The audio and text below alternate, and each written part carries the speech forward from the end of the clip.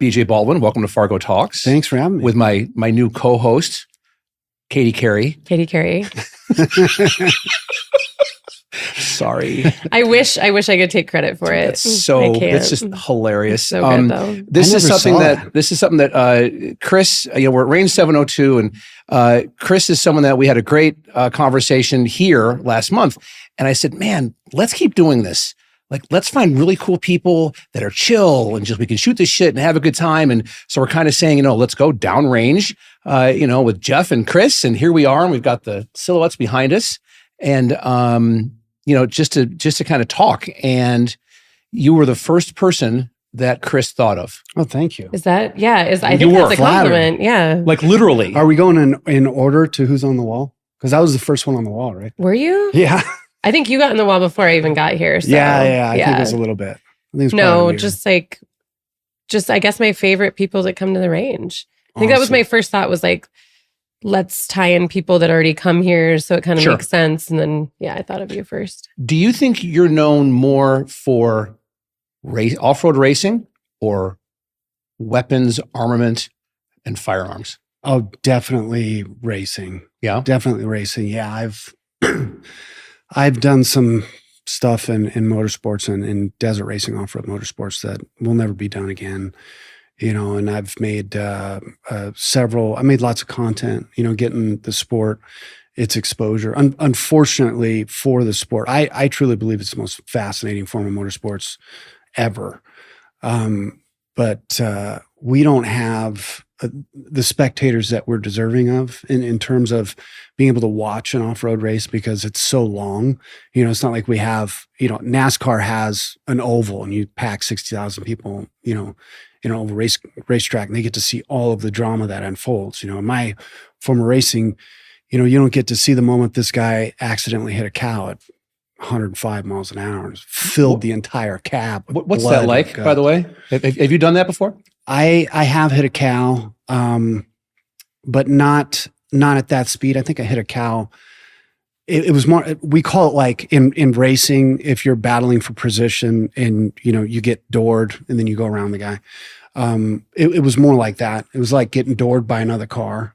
Because, cattle's like 2,500 pounds, something like that. And nothing happened to the truck. I just, he was kind of stepping out and started running alongside the race course. There's a fence right here and a metal post, and we were trying to get in between that at the same time, and I smacked him. Not too hard, but it didn't end up enough to get his attention. Yeah, he noticed. Where was it? That was in, God, where was that? It was probably 70 or 80 miles south of Ensenada. Okay. Yeah. So they're very, my form of racing, trophy truck racing, is very, very hard to get them slowed down. They don't accelerate I always say they don't accelerate very well. They don't slow down very well, and they don't change direction very well. But what they do very well is go through really big bumps at a very high rate of speed. Sounds like my second wife. Oh my goodness. I haven't hit a cow dead on, but I've had friends that I had a buddy of mine hit a cow in a smaller limited class car, and it was on a straight road. Not very bumpy at all, and he was going wide open. His car, I think it made like 110 horsepower, so it was a very limited class, but it still goes like 86, 88 miles an hour. And the cow ran out, right? There's trees like on both sides, so you can't see anything except for the road. And the cow ran right out, and it filled his whole cab with blood, gastrointestinal system, organs, liver, knocked the wind out of him, filled his helmet full of blood and tissue and choked him.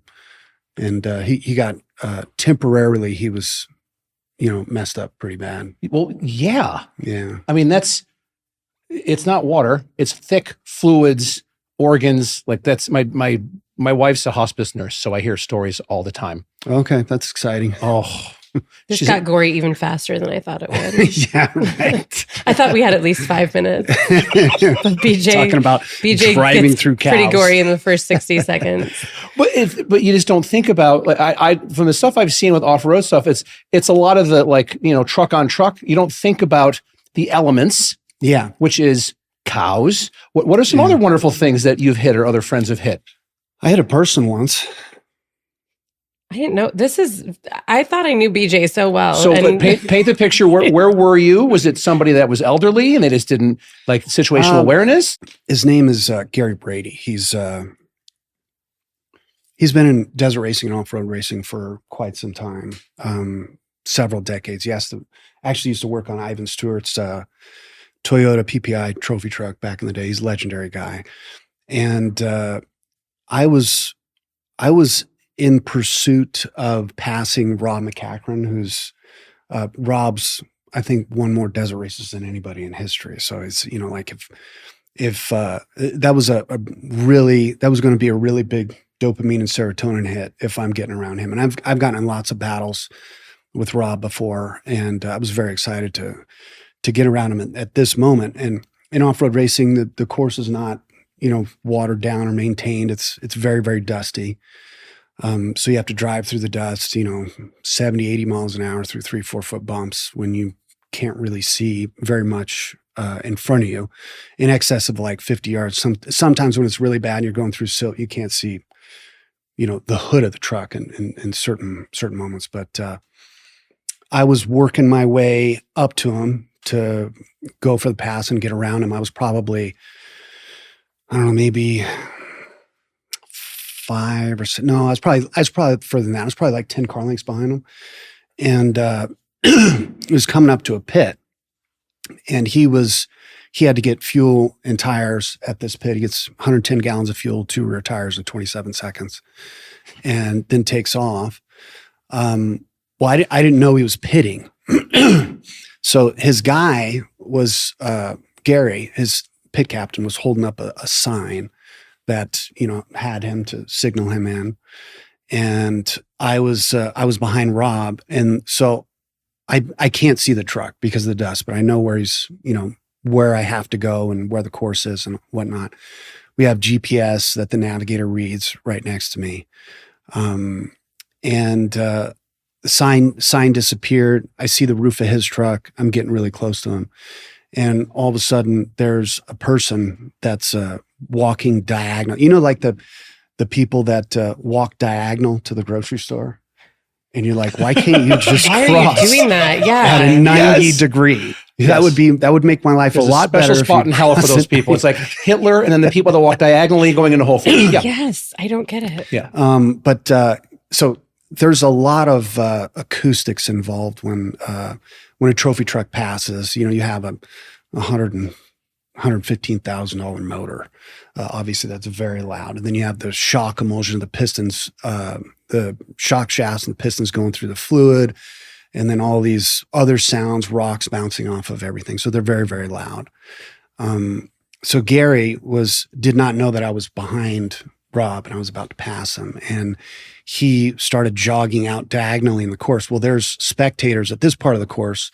It's very dense with spectators, and they're on both sides. And I'm going probably 85 miles an hour through, 3-4 foot bumps and not getting a lot of connectivity with the ground because we're kind of just skipping over the top of that stuff. And I was looking as soon as I saw him hit the brakes, everything shut down. So you've got this, $110,000 race motor breathing fire. And you see that, and I shut everything down. My foot is to the firewall, clamping down on the rotors. All the wheels are temporarily being locked, and the thing's standing up on its nose like this. And I'm like, fuck, I'm going to liquefy him if I don't do something to mitigate the volume of kinetic energy he's going to receive in just a few moments. So what I did is I released the brakes and I allow the wheels, the tires to rotate so that I have some type of control of what I'm hitting. So I use this, I call it catastrophe management or disaster management, where I can compartmentalize fear and access a solution to the problem or temporarily delay fear. So I was able to momentarily get off the brakes, and it was able to rotate the truck probably 15 degrees to the side. So I didn't hit him with the steel bumper that's probably this far, and I hit him with the softest part of the truck, which is my mounting system for all the lights that I had. And the majority of, like a big piece of fiberglass that's in front of that light system. And I scooped it, and then I reapplied the brakes because I couldn't go this way or that way because there's people on both sides. So, making the best of a bad situation, I had to make contact with them. I think I made contact with them at, I don't know, maybe 35 miles an hour, but I scooped him up like this, when I hit him, and he went and did a couple cartwheels and landed on his back, and he was completely knocked out and unconscious. So, my helicopter's following me, and, they're on the radio with me, stay in the truck. Immediately, there's a SCORE medic in another vehicle. That's in the pit, and they pull up to him. I'm trying to get out. I'm getting out of my belt, pulling my stuff off. And my navigator, Johnny Nelson, had like white knuckle grip on me, trying to keep me in the truck. There's somebody from his pit I took the window net down. There's somebody from his pit pushing me back in the truck. They're trying to keep me in the truck because I'm going like bananas, trying to do whatever I can do. But they already had a medic on him. They had his shirt cut off by the time I had like all my belts off. And the golden rule for me is I do whatever Chase 10 says. And Chase 10 is the helicopter. That's my air support director of communications.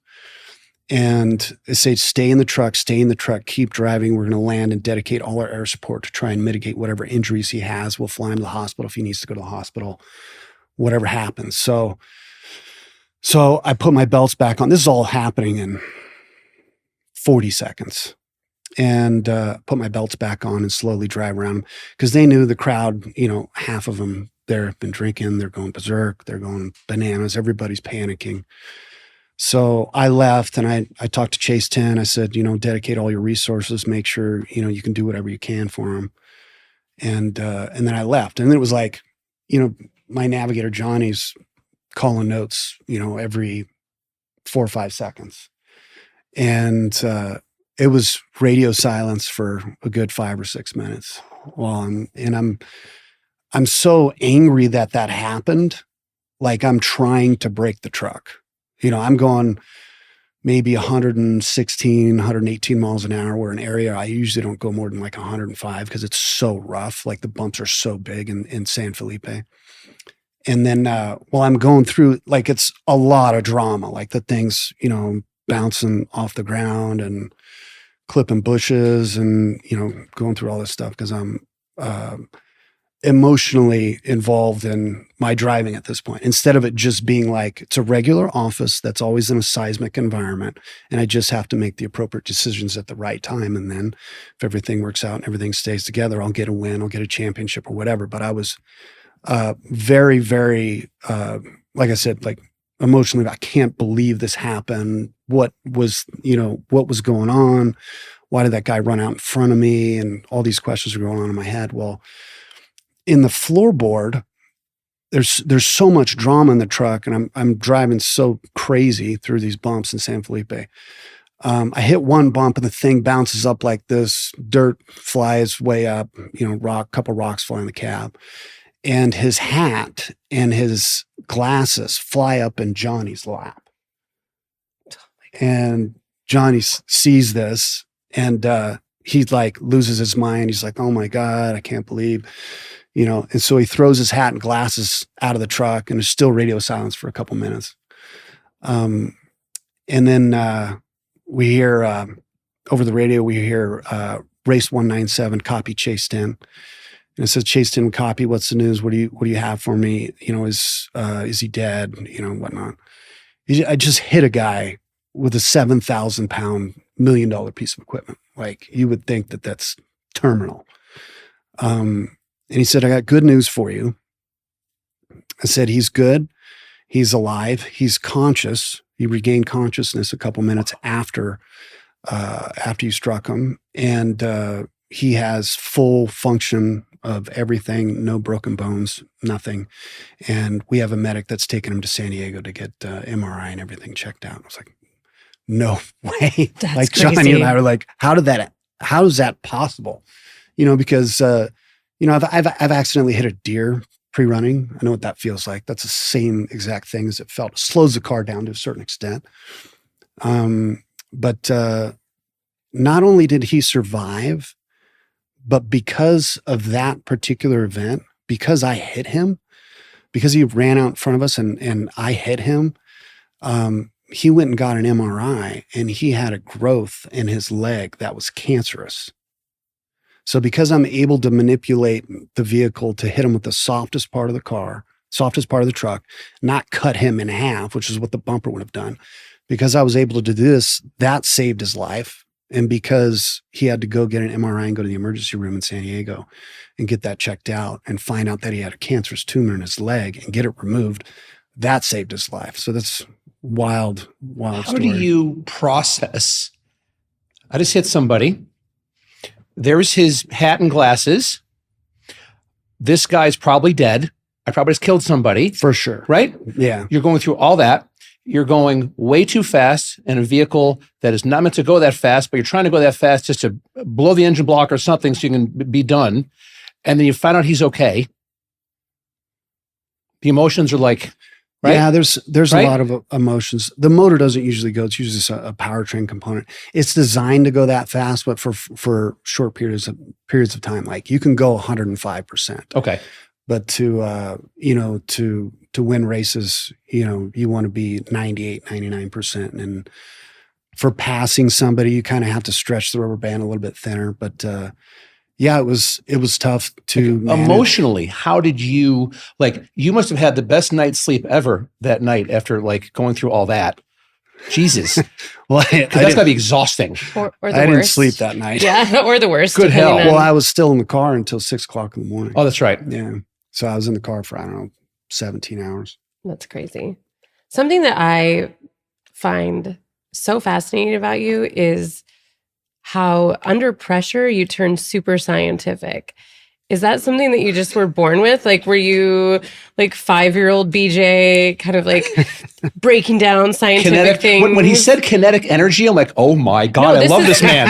No, this is actually how I his fucking brain love works. this guy. The more stressed he gets, he got more technical as he was talking before he hit the guy, 100%. right? Yeah. Great question. Yeah. Is that were you born like that? Is that something that you've kind of just has happened throughout the years? I think that's something that I developed because I was never really a good driver. When I started racing, I loved racing. I was very, very passionate about it. I was obsessed about it. I think it's the coolest form of motorsports in the world. So I had learned from, I had a mentor, Larry Ragland, and he taught me a whole lot. I pre-ran with him, whereas we go around the course and take notes, and then we have race day. So he taught me a lot, but I think one of the other things that really helps is being able to be like, okay, if I made a mistake, how can I minimize the negative outcome of this particular mistake? I understand it's scary. You don't want to be upside down and on fire, but you're not there yet, and you probably don't have to be.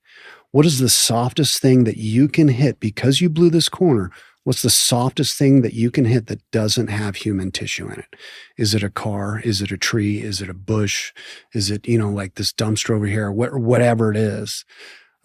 So my ability to compartmentalize fear and access a solution, or temporarily delay the fear impulse and access a solution and think clearly for a moment. That's something I developed over, a lot of chaotic miles in desert racing and racing in Baja.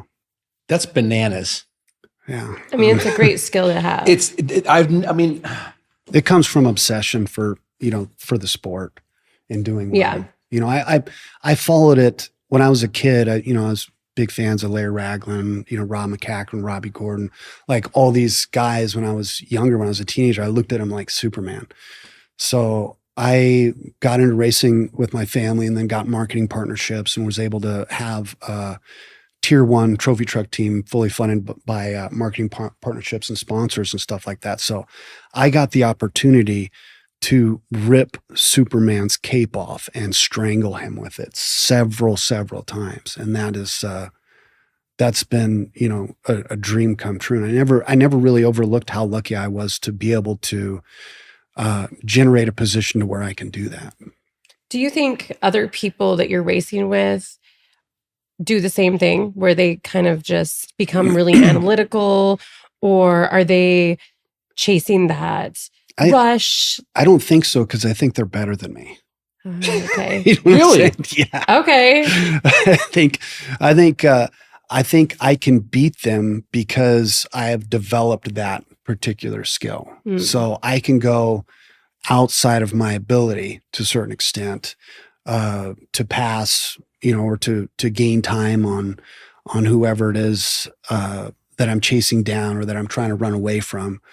But developing that skill, like raw and pure, there are guys that are better than me if I don't have that skill that I develop. But if I can implement that skill, and like I told my son, probably a couple of years ago, I let him drive the trophy truck. I've said the reason why I'm so good is not because I'm a professional driver. I said it's good. I'm this good, and I've had these results because I'm capable of cleaning up these messes, so to say, under extreme circumstances and delay adrenal response. Because when you have a massive adrenaline dump, that's not a place that you can make really good decisions from, if that makes sense. How do you train your brain to handle that type of environment?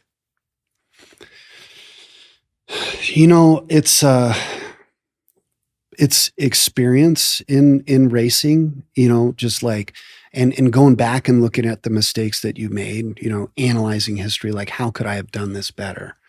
That's very helpful because, there's certain things early in my career where I made a mistake that I was, everybody looked at it like, oh, that happens, that's racing. But like, I was really embarrassed about, for myself. So I'm like, how can I change my response in the future when I have an event like that where I've made a massive mistake and have an outcome that's not as catastrophic as it could be, so like minimizing the negative impact of a mistake that I made. Then I can make, I can drive in a manner that's far more risky. And if I make a mess, I can kind of clean it up because I have that ability to compartmentalize fear. Do you think that compartmentalization of fear has made you a better dad? Oof, that's a good question. I don't think so. I don't think that's, no? I don't know that I can apply that skill to fatherhood because my son, my daughter, I can't get activated to use that skill set because there's no like really intense event, that leads me to be like, okay, I have to do X, Y, Z or whatever. And with being a father, I just do the best I can. I love my son and daughter with an intensity that's unmatched, with a love deeper in the ocean. So I just sure. How old are your kids? To make them happy. I have an 8-year-old daughter and I have a 16-year-old son. My daughter is 15, my son's 9, and I have a 16-year-old stepdaughter. Okay. So I think, especially with daughters, it is very similar to being in a several thousand-pound truck off-road driving. Oh yeah, with no instruments whatsoever, no gauges. She's a teenager. Yeah. With no gauges. No, nothing. Yeah, no. There's no helicopter, BJ. There's fucking nothing. You are just white knuckling it. And like for me, my daughter goes to LVA, the Performing Arts High School, but I pick her up at a high school nearby and I get her 3 times a week. I literally, and she's a great kid with great relationship. Her mom and I co-parent really well together, but I'm reactive to her when she gets in the car. I never said you had a good day. She drives you, or no? I go to the high school, the one high school that a shuttle bus drops her off. When she gets in my car, I want to be engaging with her because I'm talkative, and so is she. She's a theater kid, but I don't initiate the conversation because I don't know what kind of mood she's in.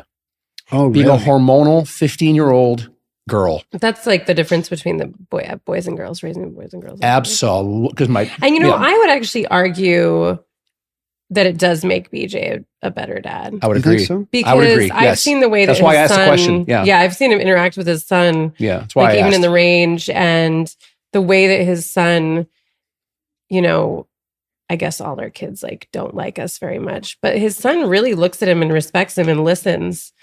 Like he knows, and not just at the range, like with jujitsu and all this other kind of stuff. Like I think it's the way that you're able really well to communicate that to your son. Give yourself some grace, my Yeah. friend. I think that in just us talking now, I think that our goal as dads is to be the matriarchal or the patriarchal influence over our children, especially boys, to say, this is your job as a man. That as you're growing up, you're a provider, you're a protector, check, all the things.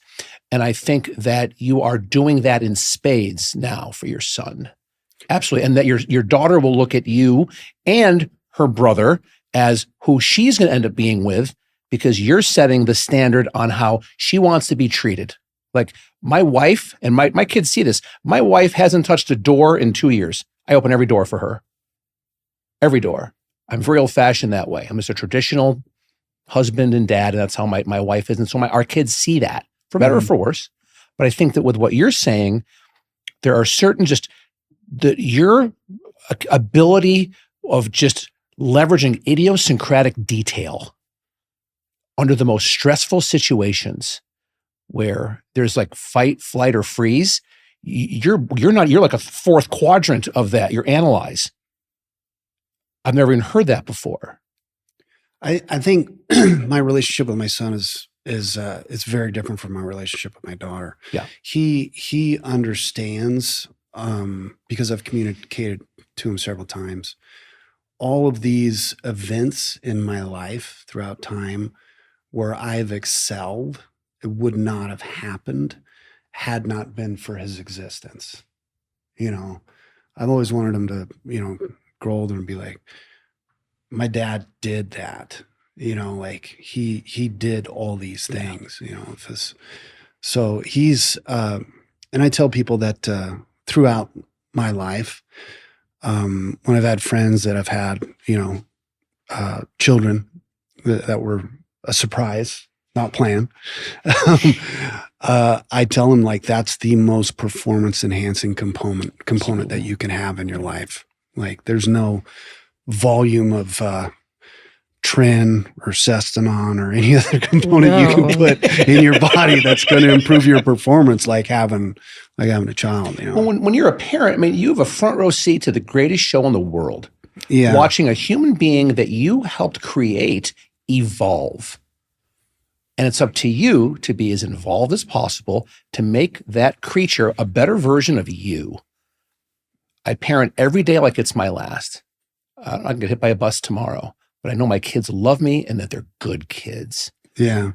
And you do the same thing. Yeah. We do the same thing.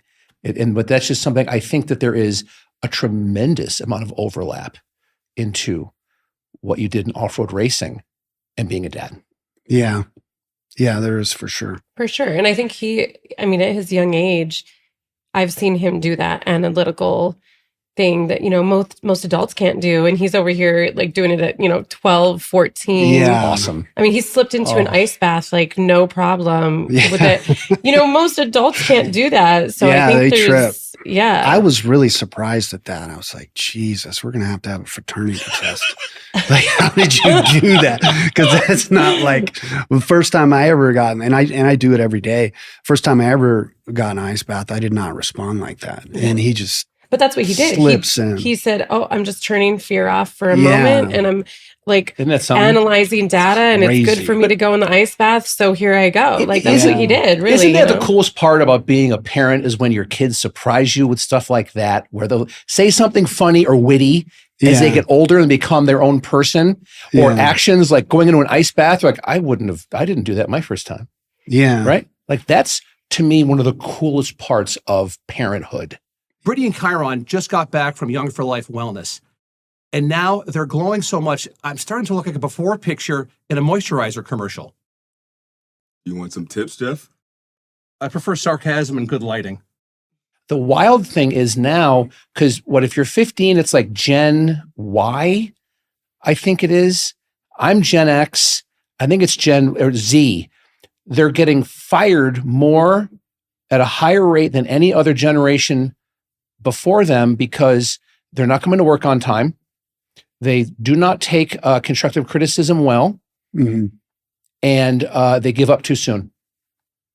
Yeah, that's what I really like about Jaden. Like my son, he's a killer. He is a savage, and I really wanted to, I really wanted to nurture that part of him and grow that part of him. Yeah. Like when I grew up in high school, like I got picked on a lot, until like after high school. All the tougher kids that were wrestlers and football players and stuff like that, they always thought I was really cool, but I never hung out with them because I was like in my own little group until I think my junior year.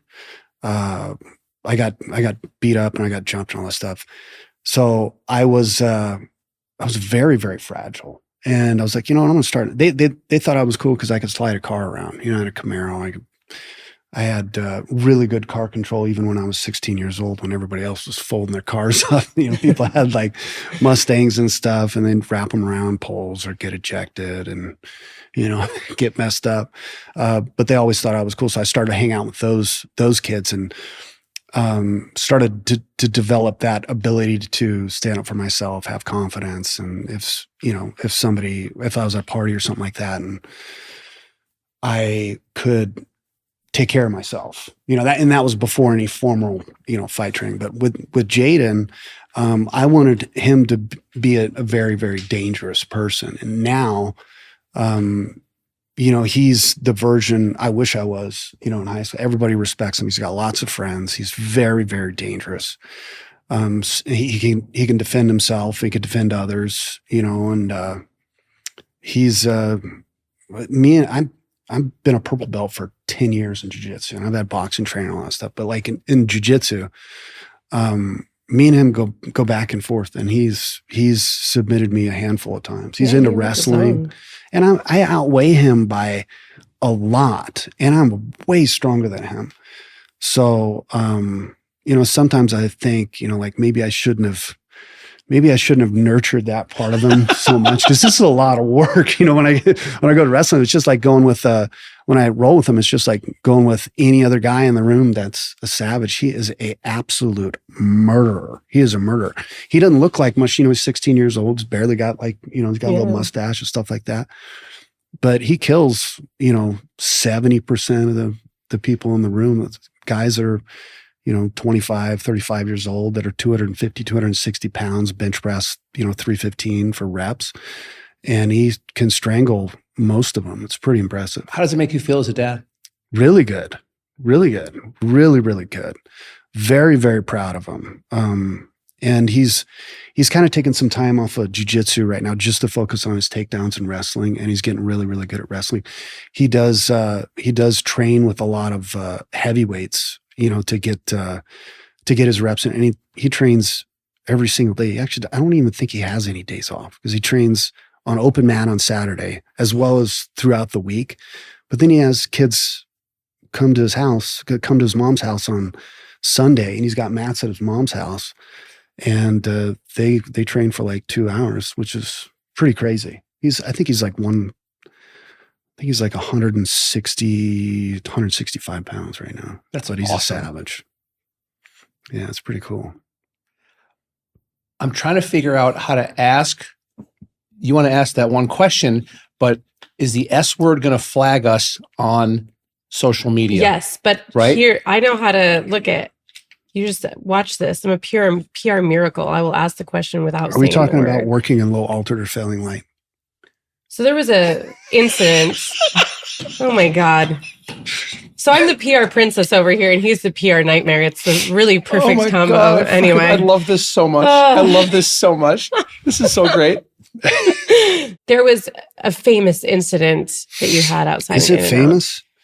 Well, Man, I feel like it it's got so crazy to think quite a about. bit of coverage. I was going to sweep that under the rug, and then it's just all over the news. Well, now I'm asking you a question about it, so sorry about that. No, that's all right. So much for sweeping it under the rug. Well, that was years ago, right? 5 years ago. I was going to sweep it under the rug, and then it's like I turn on the TV, and it's yeah, like, and we're still going strong. Years later, you're welcome. You want to come back and do another podcast? No, sorry, I don't mind it. No, look, I feel all. like there's been sides of it that have been over and over, and questions you've heard over and over and over again.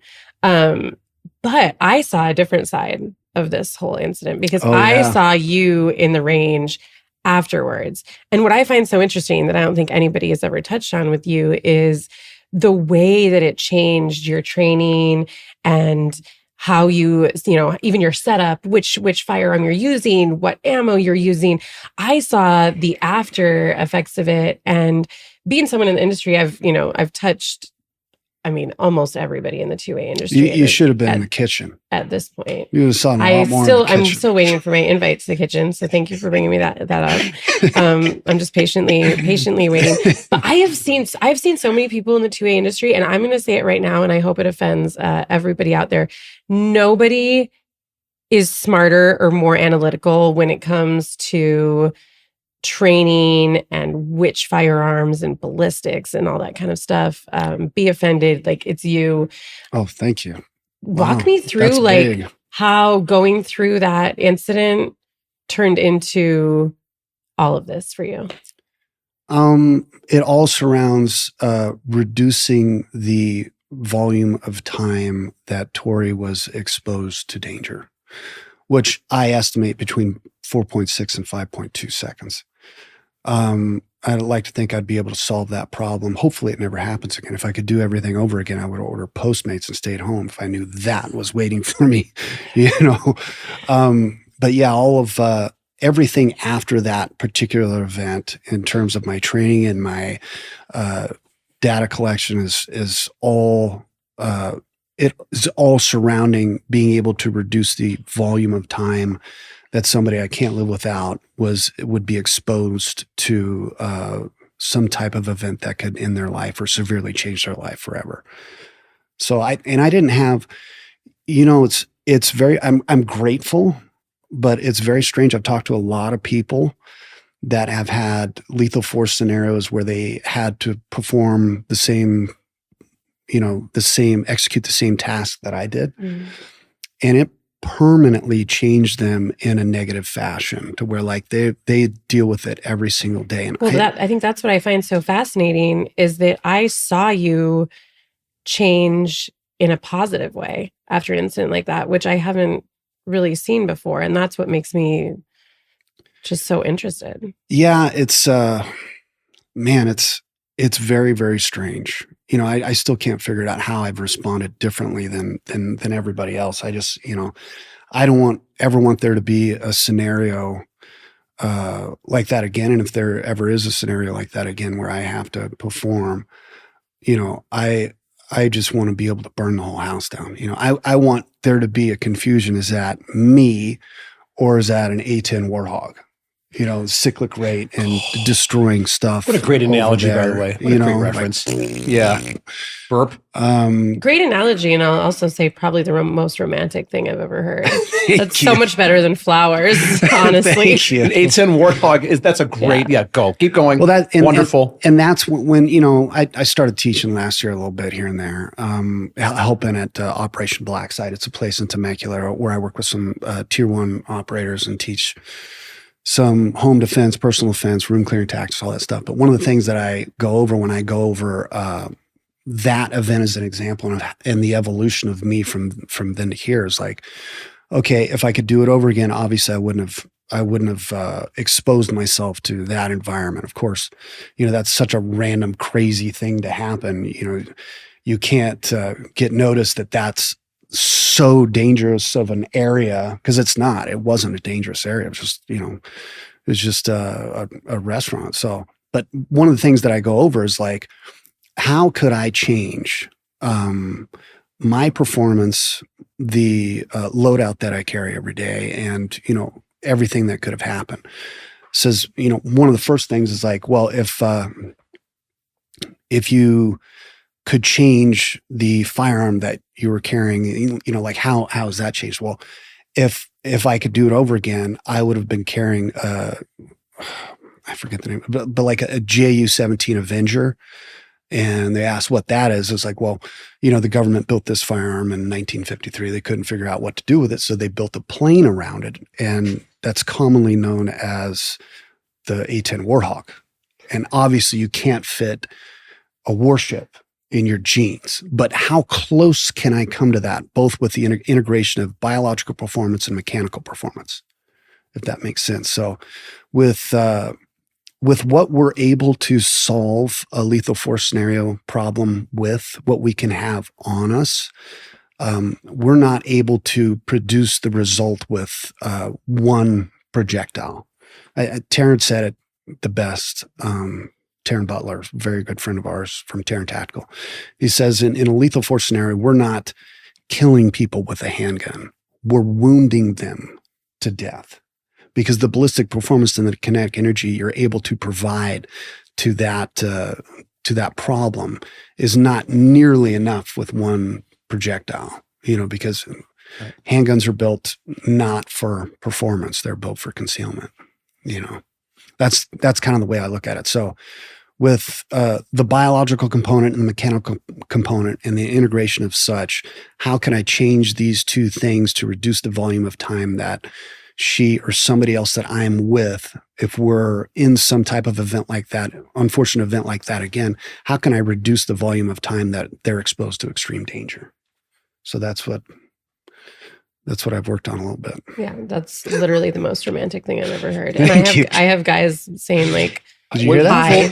Full disclosure, I'm a raging heterosexual. My nipples are hard right now. I know. That's like that's just. I mean, like better than a romance novel. Jesus, between that, the dog snoring, this is the most wonderful, most picturesque thing in the entire world. Are we getting that in audio? Do we have to? No. We don't have to euthanize them. If we do, it's all the better, my friend. All the better. What is your daily carry? Well, it changes here and there, but the biological component as it relates to what my body recognizes, and I have all the repetitions, all the kinesthetic pathways into, performing in a certain fashion, right? Like think of, and let me explain that at first. So think of like Floyd Mayweather, right? Think of his right hand, and I'm sitting down, so I can't do it perfect. Not that I could do it perfect standing up, but if his right hand is like this right now, everything is, perfect. His first right hand was probably like right? So that's because of kinesthetic pathways that's been burned in from his central nervous system to all his muscular and skeletal tissue and coordination to get that where it needs to go. Obviously, the puzzle that needs to be put together for that to land in appropriate time in an appropriate place is a whole nother story. But just getting this going to produce as much energy as you can is one thing. Well, what if he had to use a different arm? That'd be very hard. You'd start that whole process over again, even if it was an arm that he was very, very familiar with and he's used several times before. It's still not going to perform as well as the arm that he has the most reps in. So I kind of have a different file for a Glock, a different file for a staccato, a different file for HKs, relates to kinesthetic pathways. But a 2011 is kind of something that I've kind of migrated towards in terms of what I carry. And it's getting me closer to being able to perform in a fashion that's so far away in that of an A-10 Warthog. If I have to solve a problem like that again.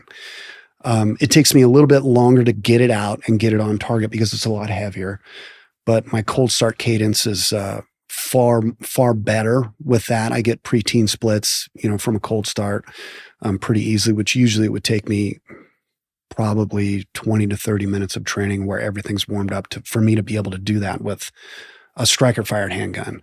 A lot of it has to do with the volume of travel that you have to do with the trigger.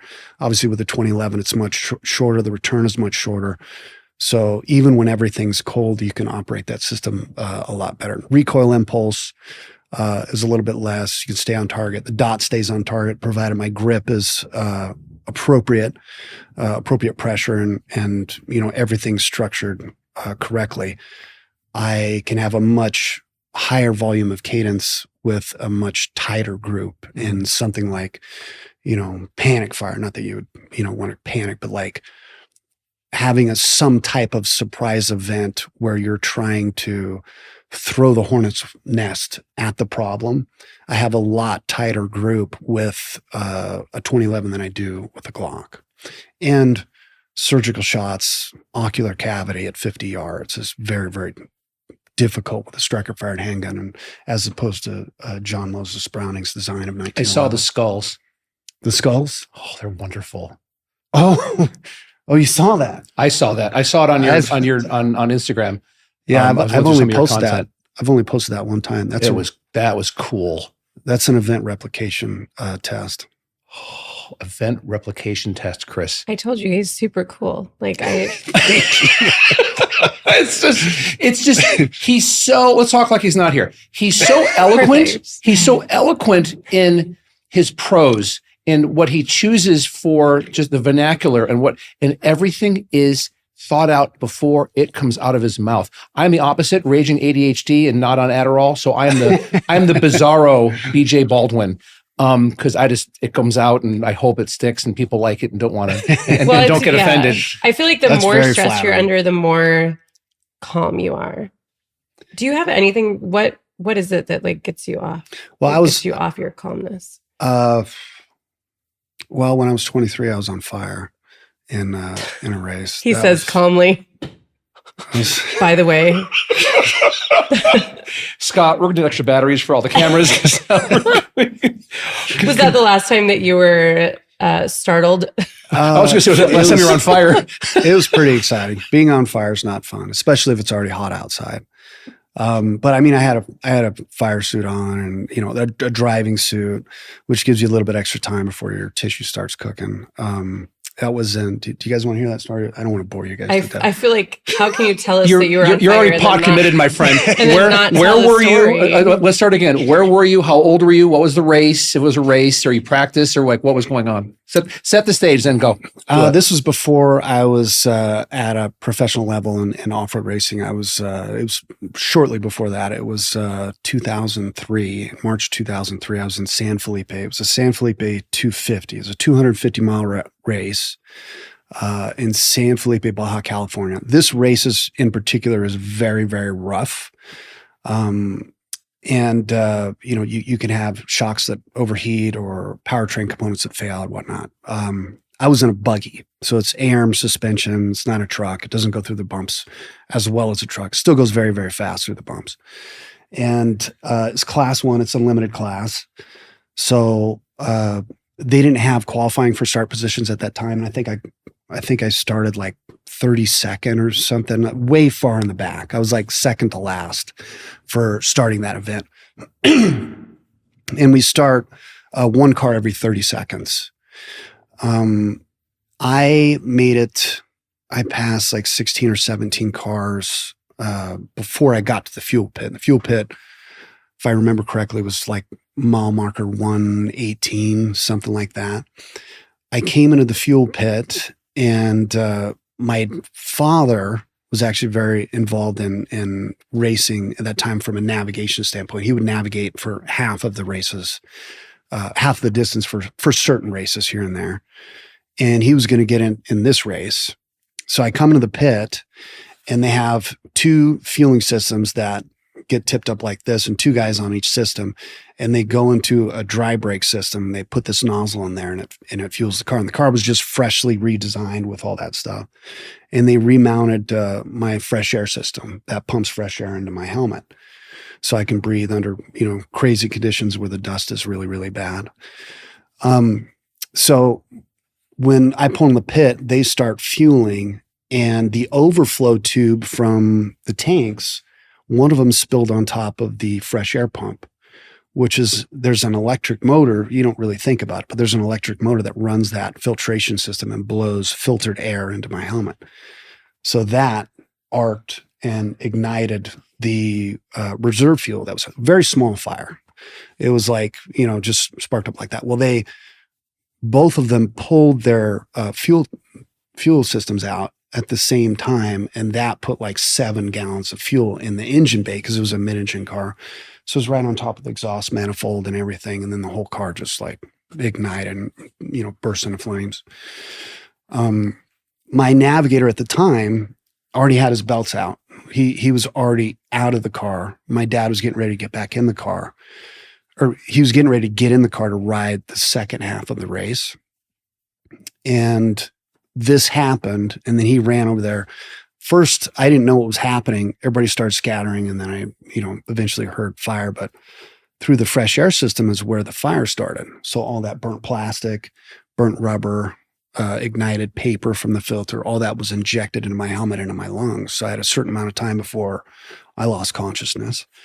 I undid my sternum strap, I undid my pelvic strap, undid my fresh air, my communication system, and put the window net down. And during this process, I'm starting to lose consciousness, and everything starts going gray. And then I got black dots, over here. So I get myself in a position where I'm like this to try and get out. And then I was paralyzed, still conscious. I could still see everything, but I couldn't move. And I remember my dad running around the car. I wasn't scared, like, at all. I was just so upset, like really angry and disappointed. I was like, my dad got me involved in this, and now he gets to see me cook like a piece of bacon in this car. I'm going to burn to death in front of my father. Like, what the hell? Like, how did we end up here? So much goes on in your mind throughout that period of time. It's like 3 seconds, but 10 minutes of data go through your head. Like, we did all this and this, we had so much fun here, but now he's got to see me burn to death. That's awful. But he ran around around the car. He didn't have any Nomex gloves on or anything. He was barehanded. He still had a driver's suit on, but the whole car's on fire. And he reached in the window because it doesn't have doors, and he put his hands underneath my armpits, and he was able to pull me out of the car. I was 270 pounds at the time. I was pretty chubby at the time, and pulled me out of the car, and I regained my composure, my ability to move everything. And then I picked him up and brought him to safety. So that was very exciting. We need to get him a mic. He's loud, right? He needs either a mic or a CPAP. You want to put him in there, babe? Well, he's okay. It's okay. The microphones won't pick him up. Yeah. For everybody. You don't think so? It's actually hilarious. No, I think it's fine. No, I'm fine with it. I think it's cute. Yeah. Yeah, I think it's adorable. Please. We need to get him some Adderall. We're all dog. I was going to say, get him a CPAP or something for sleep apnea. I know. Get him to a sleep center to get, that could be, So you almost burned to death and you still weren't scared. So when was the last time you were like, what scares you? When was the last time you were scared? Yeah. Oh. Was it when you walked in the range without a reservation and you saw my eyes? That was terrifying. Okay. For the record, there's like, I can kind of one hand the people that would never want pissed at me. Number one's my wife. A close like second or third is that one right there because she's always nice. Yeah. And those are the ones you got to be terrified of because you don't see them angry, but when they're angry, you want to move to the next fucking zip code. You just you want to get a lot of distance between you and that person when that happens. So back to our original question, BJ Baldwin. I think you're very nice. I'm so nice. When was the last time you really got scared? Really scared. Man. Tori, when was the last time you seen me get scared? I get scared over weird stuff. Yeah, I knew it. Like I was like, if the being on fire doesn't scare you. Less consequential things I'm terrified of. What am I terrified of? I love that this is the question that stumps This is what stumps them. This is such neat. We're an hour and a half in, and that's what stumps them? Such an easy one. I'm taking this as a personal challenge at this point. Gosh. I have like a new thing waiting in the VIP single time you come in. I never really thought about that. I mean, there are things that I'm like scared of. Is it like clowns, spiders, Rattlesnakes. You know what? I'll find. Bees. I don't like bees. Yeah, I've been stung a couple times. But even then, when I get stung, I just get really angry. At the bee or at yourself for getting stung? At the bee. Fuck that bee. Yeah. You can't shoot him. Well, I mean, you probably could. You're a good shot. I was just going to say. I was going to say, I recant that statement depending on the ballistics. Okay. Follow-up question, BJ Baldwin. What load is the best for shooting a bee? Oh, that is a great question. If I'm so glad. Hold on. Let him answer. Let him answer. This is going to be the number one question of the entire day. Best ballistics to have in your weapon to take on a 1B that's coming at you in an aggressive manner. 1B. Well, there's a height over bore situation with that because height over bore from a red dot, from like something like an SRO, that's 4 times the length of a B. So depending on the distance and where you have it sighted in, obviously I sight in about 25 yards. I was sighting in at 50 yards, but I zero at 25 yards now. But it's very hard to hit a B at that distance. So if I was going to get an effective hit on a B, it wouldn't really matter if I was using fluid transfer monolithic or flat nose hard cast 147 or 9 BPLE. I think any simple type of ammunition from 9mm would kill a B. I would say he'd have to be within 7 yards, and I'd have to have time and opportunity because it's a very hard shot to hit a B. So if there just happens to be a bee wait. next time you're here, you're down to try to hit it. I will burn him the fuck down. He just said he's hit moths. This is going to happen. I hope you realize I'm going to catch a bee. Yeah, I'm going to be outside catching a bee, and it's going to be in the range. Yeah, bring him in here. We should do a thing like with a beekeeper and just say, hey, can we do like a trade for like? I just don't think the beekeeper is going to be like, well, no, just don't shoot. Bring the bee to the range. Just don't kill the queen. Just don't kill the queen. They're drone bees, please. Those are dime a dozen. We're going to get in trouble for this. Those are expendable, and they know they're expendable. It's protect the queen. That's the mindset of the hive is always protect the queen. There's going to be a bee in the range next time you show up. Guess what? He will train for that. He'll get like a little bee silhouette. He'll be silhouette with the vitals on it. Yeah. I had to get like a. He'll be sighted in. Please do me a favor. I want you to tag Chris, myself, and Fargo Talks whenever you're doing that kind of stuff to go, all right, I take this as a challenge. I'm going to be here with the bee. You don't need to tag me. I'm going to be here. I'm going to let the bee go. I think it's hilarious, though, just to conclude how your mind went into like, well, actually, I think we're going to end up doing it this way. Like you were methodically going through a checklist about this is actually what I would do and at how much like distance I could effectively do it to just take out the bee. Yeah. I'm showing you this, like, this is my organic. Do I have it on here? Yeah. This is one of my organic tests. I can't show this to the camera. No, but send it to me and we could put it as a clip. Do not show that to the camera. Oh, Jesus. I got rubber gloves on and everything. It's funny. One of the first ones, like obviously I do synthetic tissue testing, but I've obviously done organic tissue testing. But with my subject, when I first kind of began this journey through 9mm terminal ballistics and figuring stuff out, I had used 9 BPLE on a subject at, what do you say, it was 40 yards. Subject was 12 pounds. And I didn't have gloves at the time, but I got the subject and started digging through the subject because I wanted the projectile and see how the projectile was affected with bone contact and all that stuff. With no gloves? Yeah, I was digging through it for 40 minutes. Well, we had like 6 or 7 people there watching me dig through this. By the way, I'm for the record, I'm clueless to all this. Is the subject like an illegal North Vietnamese immigrant? No, like, they don't make them. What's the subject? Not human. 12 pounds. So we know about 12 pounds. Yeah. Okay, I'll ask you when we're done filming. I don't know what a subject is. Just roll with it, Jack. Okay, just roll with it. Okay, it is varmint. Okay, so thank you very much. I need a license to use it as a test subject. Okay.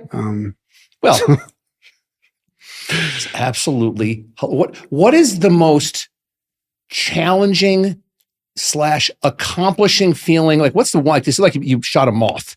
What is the most challenging thing that you've actually done, that you've and done it and hit it with intent? Like from an accuracy standpoint, what is the most challenging thing I've done? It would definitely be getting the honor and privilege to see Tori with her clothes off, because she's much better than me. Should we tell a story about the log? The second most romantic thing you've said today. He just keeps going. It's just full of romance. This one. You know what? I think we're about to have a third host of Fargo Talks. So long.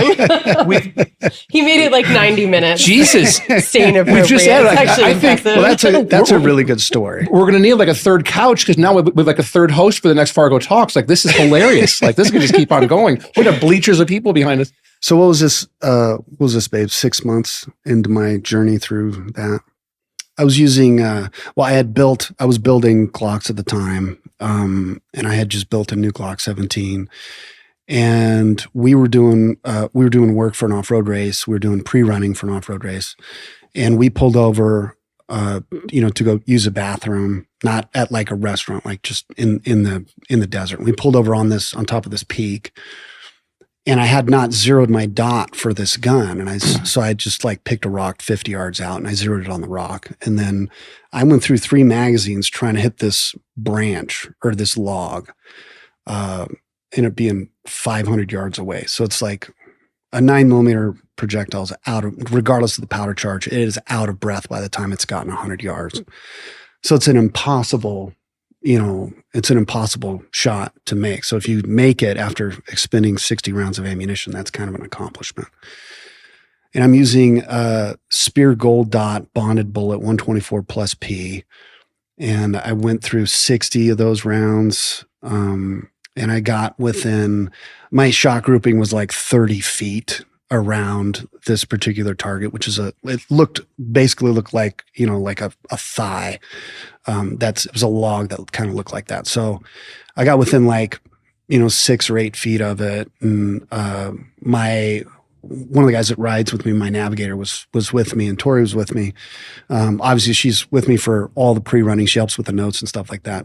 And, I said, Tori, come see if you can hit this thing. She's like, no, come on, let's go. We got work to do, all this stuff. I'm like, no, come on. Kyle's never seen you shoot. And she's like, no, let's get in the car. So Kyle's like, no, I've never seen you shoot. Let me see. And he's from California. And so they have a different peer group over there. And most of the people that shoot from that area of the world are not somebody that's had 56 world championships or shooting championships, and of which Tori has. So she's like, all right. She gets out of the car.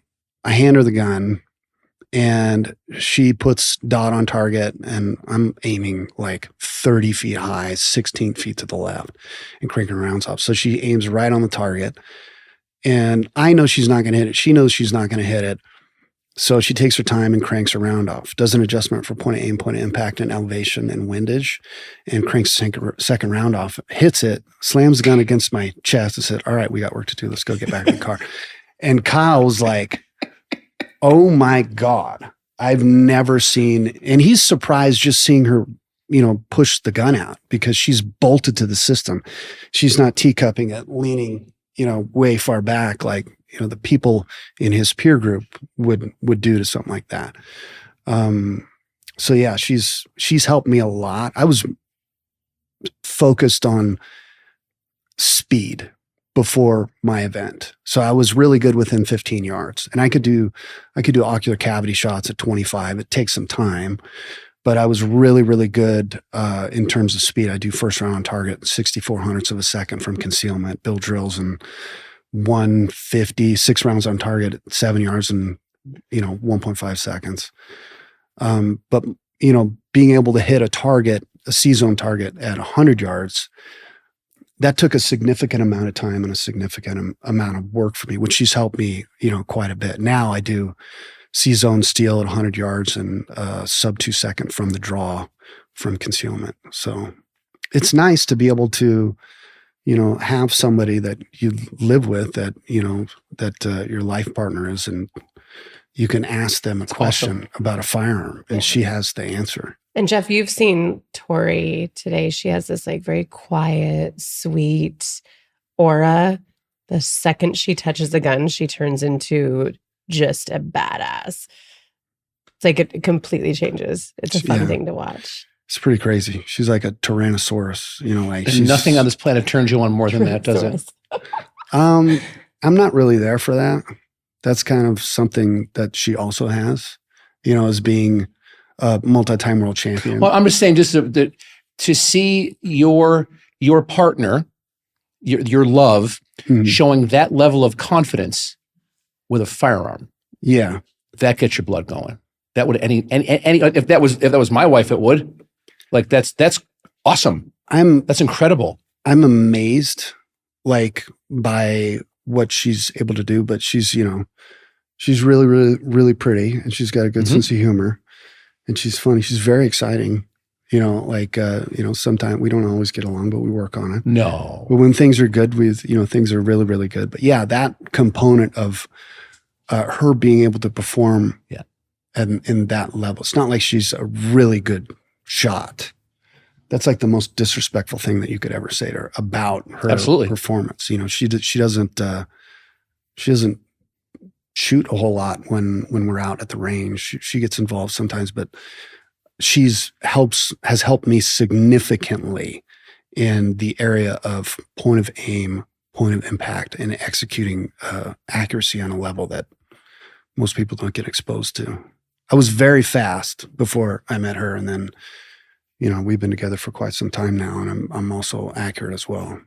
That's awesome. Yeah, that's awesome. Again, in closing, it's just we always want the best version of you in a respectful, vulnerable, sincere manner when we're here. That's all. And you did that in spades, my friend. It's hard for most people that haven't been exposed to that fucking thing right there to have a conversation. The camera? Yeah. Yeah. That's the most terrible. That's why, is that what scares you? No. Oh, man. No, not at all. I thought we got you. But like filming like Recoil, like my series where I do, slide the truck around and jump over crazy stuff. There's not many people, there's nobody else. Truthfully, there's nobody else that's been able to duplicate that. Like Ken Block, when he was around, he passed away a couple of years ago, but he was incredible at that. And having the camera on you when you're driving is going to be able to put you in a position where there's significant stress on you because your skill set is being recorded. One of the tricks that I used to do for that is I would start whatever I was doing here that the camera was going to film, I would start a mile back. And then so I would get into an area that I couldn't escape, and once I got into that area in terms of my skill set, then that's just something that I have to go do. And that's great. And all the interviews that I've had to do, all the press conferences and stuff like that, I've got a lot of experience. So I understand that this is necessary for a lot of it. A lot of people that I haven't had 25 years of press conferences and videos and all that stuff. But yeah, you're good at it. It's terrifying. I'll never forget. I would have, and this is good. You can put this in there for public speaking 101 for college. I never got a college degree. I got everything except for this class. And I was so terrified when it came my time to speak. I sat in the parking lot for 2 hours and never went back to college. And look at you now. And now it's just like, funerals, I slay funerals. Really? I get everybody. Anybody, if you have a loved one that passes away, we can get you in touch with BJ, and for a nominal fee, we're very certain that we can have him speak. At your maybe on your behalf. I'm going to put it in your living will to have DJ come speak. That'd be fantastic. He can wax philosophic at any church or house of worship at your choosing. When you speak from the heart, it's hard to fuck that up. Like it's hard to mess up if you're like, okay, this was my experience. It had a very large impact on me, and this is the story of that experience. It's hard to. You can't verbally trip and fall over something like that. So when you stick to the facts, whether it's data or emotions, but it happened, for real life experiences. When you stick to that stuff, you're bulletproof.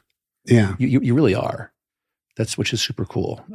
Thank you, sir, for coming on. Yeah, thanks for having me. This has been interesting, but in a good way. Usually people say interesting, like what the fuck? But this was like, wow. Like Thank you. I'll be playing this over again in my head, like over and over and over again, and look forward to this episode when it drops. Oh, thank you very much. That's very it was great. And Chris, any closing thoughts that you have that you want to talk about? Because ballistics, anything else that since BJ's already gone off on No, things? I'm just gonna go bee searching after this. Bee searching. Because this is happening. That is now what's going to happen. Now. You, Tori, you've got to get like B movie or something like that at home and put that on.